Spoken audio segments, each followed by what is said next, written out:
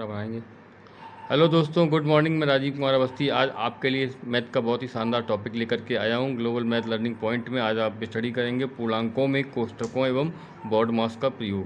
जैसा कि हम लोग सभी जानते हैं, कोष्ठक 3 प्रकार के होते हैं, हमने पढ़े भी हैं। छोटा कोष्ठक, मझला कोष्ठक और बड़ा कोष्ठक। छोटे कोष्ठक का चिन्ह आपने देखा है इस तरह से लगा होता है। मझला कोष्ठक का चिन्ह कर्ली ब्रैकेट भी इसको बोलते हैं इंग्लिश में, और जो बड़ा कोष्ठक है इसको स्क्वायर ब्रैकेट भी बोलते हैं। और आपने देखा होगा कभी कभी एक लाइन खींच दी जाती है, ये भी एक कोष्ठक होता है, इसको हम रेखा कोष्ठक नाम देते हैं। और इनको हल करने का क्रम, अगर आपके पास रेखा कोष्ठक सवाल में नहीं दिया गया है तो सबसे पहले आप छोटा कोष्ठक हल करेंगे, उसके बाद कर्ली ब्रैकेट यानी मझला कोष्ठक, और उसके बाद आप बड़ा कोष्ठक हल करेंगे। इसको स्क्वायर ब्रैकेट के नाम से भी जाना जाता है। और अगर प्रश्न में रेखा कोष्ठक दिया गया है तो हम सर्वप्रथम रेखा कोष्ठक का ही उपयोग करेंगे, अर्थात रेखा कोष्ठक के अंदर आने वाली या नीचे आने वाली संख्याओं को हल करेंगे। हेलो दोस्तों, कोष्ठक के अध्ययन के समझने के बाद अब हम बॉड मास को भी थोड़ा समझ लेते हैं, क्योंकि जो मैथ गणित में जो संक्रियाएं होती हैं उनको भी हल करने का एक क्रम होता है, और उस क्रम को हम बॉड मास के थ्रू ही समझ सकते हैं। अच्छा, बॉड मास को हिंदी में भी हम लिख संकेत, इसका हिंदी में संकेत होता है को, का, भा, गु, यो, घ। अब हम आपको दोनों का अलग अलग एक्सप्लेनेशन करके दिखा रहे हैं। इंग्लिश में BODMAS,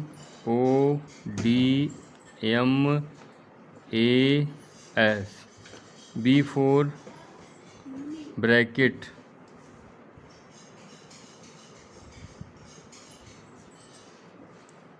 O for OFF of, D for division,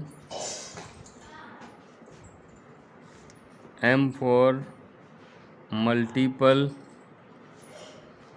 A for addition, S for subtraction. Hindi में भी इसका हम आपको बता रहे हैं।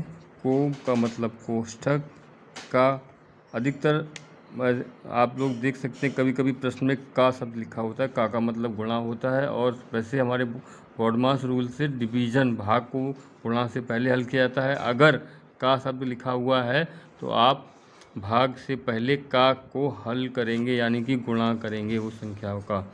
इसके बाद आपका ये को, का, भा, गु का मतलब हुआ गुणा, योग का मतलब योग, और घा से आपका घटाना।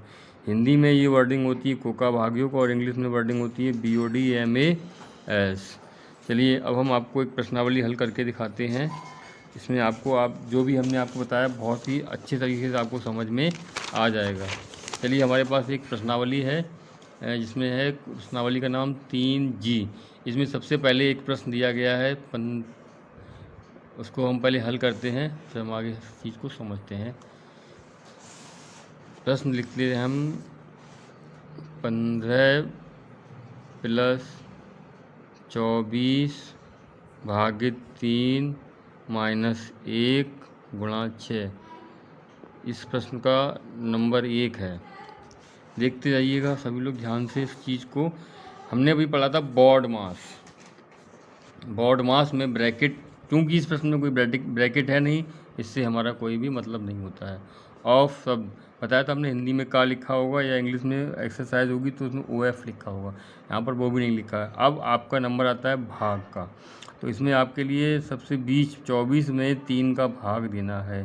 तो सबसे पहले हम क्या करेंगे, भाग को सरल करेंगे। अब इसमें 3 का भाग 24 में देते हैं हम, तो हमारे पास क्या बचता है, 3 का भाग 24 में 8 बार गया, तो यहाँ पे हमारा उत्तर 8 आएगा। अब इस पद का हम विलोपन कर देंगे, बचा हमारे पास ऋण 1 और गुणा 6। भाग को हल करने के बाद अब हमारा प्रश्न होता है गुणा। तो गुणा यानी इसमें गुणा का चिन्ह बना हुआ है, 6 का 1 के साथ गुणा करना है। अब हम जब गुणा करेंगे तो देखते जाइए, 1 का 6 में गुणा करना है, 15 + 8 और -6।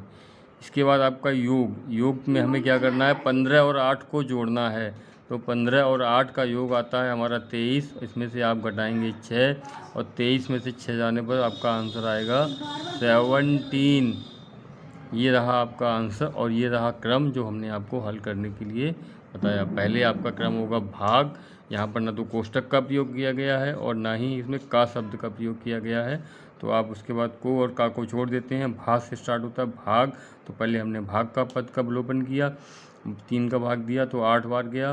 इसके बाद गुणा का, और गुणा में 1 और 6 का गुणा किया गया। अब योग धन संख्याओं का हमने योग कर दिया गया। ऐसे ही आप वीडियो को देखते रहिएगा। बहुत बहुत धन्यवाद।